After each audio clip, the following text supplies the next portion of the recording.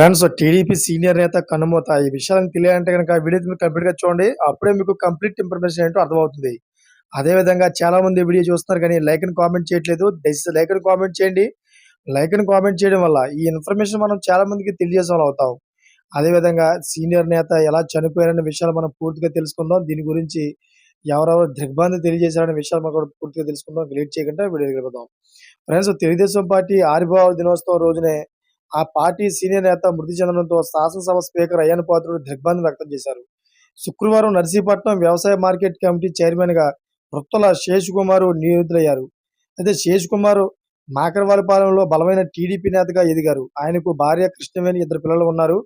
శేషకుమార్ సర్పంచ్‌గా, జడ్పీటీసీగా 2 సార్లు టీడీపీ మండల అధ్యక్షులుగా పనిచేశారు. అలాగే ఆయన తల్లి చిన్నయమ్మ ఎంపీపీగా పనిచేశారు. ఆయన మరణ వార్త విన్న వెంటనే స్పీకర్ చింతకాయల అయ్యన్నపాత్రుడు, సతీమణి చింతకాయల పద్మావతి, టీడీపీ రాష్ట్ర ప్రధాన కార్యదర్శి విజయ్ మరకపాలెం చేరుకొని పార్థిదేహం వద్ద నివాళులర్పించారు.